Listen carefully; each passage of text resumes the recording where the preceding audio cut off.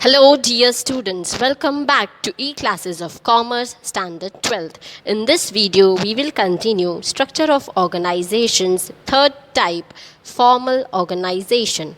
Let's have a detailed study about its meaning and characteristics. Let's read the meaning of formal organization. The formal organization is a goal-oriented entity that exists to accurate the efforts of individual, and it refers to the structure of jobs and positions with clearly defined functions, responsibilities and authorities. That means formal organization is a deliberately designed structure with formal authority, responsibilities, rules and regulations, and channels of communication. Most of decisions in a formal organization are based on predetermined policies. It is an official structure. It is a network of official authority and responsibility. The essence of formal organization lies in the common purpose to achieve the desired goals of business unit. Linear organization and functional organization are the types of formal organization. In this type of organization, the necessary powers are given to enable the person to perform certain kind of responsibilities, in which matters related to delegation of authority between superior officers are clarified. Whatever the authorities are given and responsibilities are given, they are made clear while at the time of giving or assigning the duties. So formal organization is based on official structure that defines the responsibilities and powers of employees or members of organization.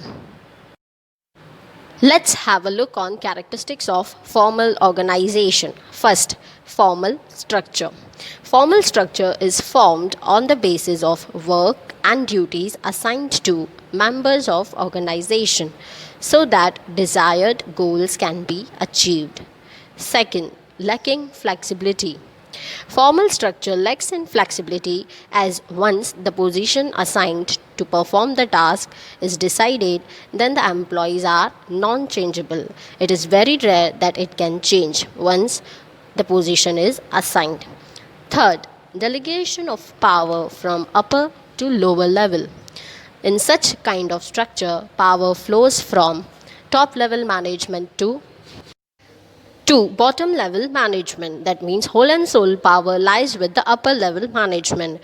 Powers to take major decisions lies with the upper level, and even to assign duties to employees lies with the upper level management. And in return, employees are answerable to the upper level management. So the flow of power moves from upper level to lower level. Fourth, large size. Formal structure consists of large size.